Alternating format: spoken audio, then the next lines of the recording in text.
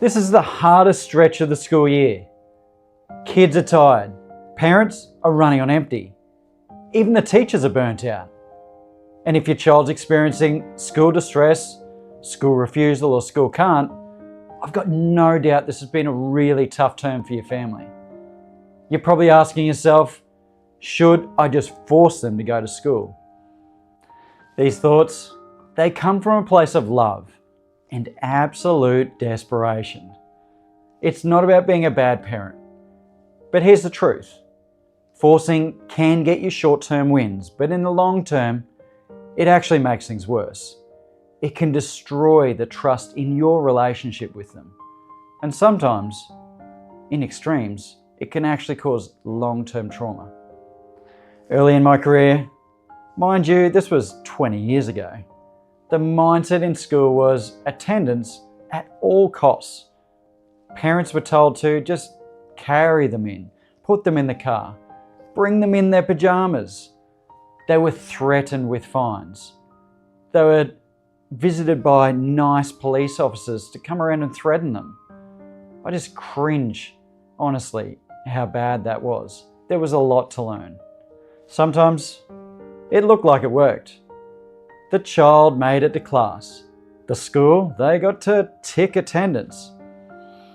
The parents, they did get a moment of relief, but those wins, they never actually lasted because the real issues were still underneath. Those reasons why the child couldn't go to school, they were still there. When kids are really young, sometimes you can physically move them. You can hold them by the hand and move them into the car or into the classroom. But then they grow up. Parents with teenagers know that you definitely can't force them to do anything anymore. They're too big, too strong-willed. And even if you can force them, it doesn't fix those unmet needs at school. Here's the thing. Yes, you might be able to force them to get through the door of the classroom, but you can't force them to feel safe. You can't force them to feel like they belong. You can't force them to feel like they can really succeed. You can't force them to trust the people around them at school. And without safety, belonging, achieving success and trust, those unmet needs continue to grow. There's no real learning that happens because they're in such a heightened state. By forcing them when they're completely dysregulated, you're actually hurting the relationship you have with them. You become the one that they remember, force them into an unsafe situation, when you should be the one that has their back. Those are the type of extreme situations that can cause trauma. You know your child. You know when something's really wrong, and it's more than just they didn't do their homework or a simple disagreement with their friend. You know when you need to step in and support them.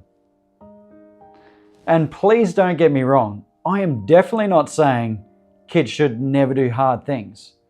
Life is full of challenges. Part of our role as parents is to raise strong, capable, resilient young people. But the difference is in how we help them do these hard things. It's not about dragging them or just pushing them to toughen up, especially if it's pushing them to a breaking point. It's about listening to their voice, exploring why they can't go, and trusting your gut. Sometimes things are really wrong. When you identify the reasons, it's then about working with the school to ensure that they meet those needs, and then encouraging your child to take brave steps forward. Your child's more likely to feel brave if they can feel that you've really got their back, and they can see that you're a strong advocate for them. Here's some simple strategies, some things that you could really advocate for with the school, which could be walking into the school with a trusted friend, breaking the day into smaller chunks with clear goals, having a teacher they really trust greet them at the drop-off at the car, parents showing confidence, saying things like, "I really believe you can do this." Parents staying calm and steady so children don't carry their anxiety as well as their own. Those small supported steps build confidence without breaking trust. And remember, bravery looks different for every child. For some, it might be a big achievement just to get through the gate. For others, it might be staying until lunchtime. For some, it might be putting up their hand in class. Small wins, they're still wins. Make sure you celebrate them. And I know, for some families, these simple strategies aren't going to be enough. For many young people that have complex needs, neurodivergence, or school's been overwhelming for months or years, it often takes more planning and support. That doesn't mean that you're failing. It just means that your child's situation needs more support around them. Sometimes parents need to be really strong for their child, and that can be tough. I want you to know that you don't have to walk this path alone. I'll be posting videos every week with more strategies, more examples, and more hope. I know there's a lot of parents out there that are really struggling. I'm really hoping that this channel can really help them.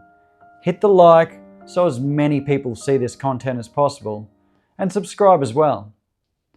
Also, follow the Guided Path Facebook page.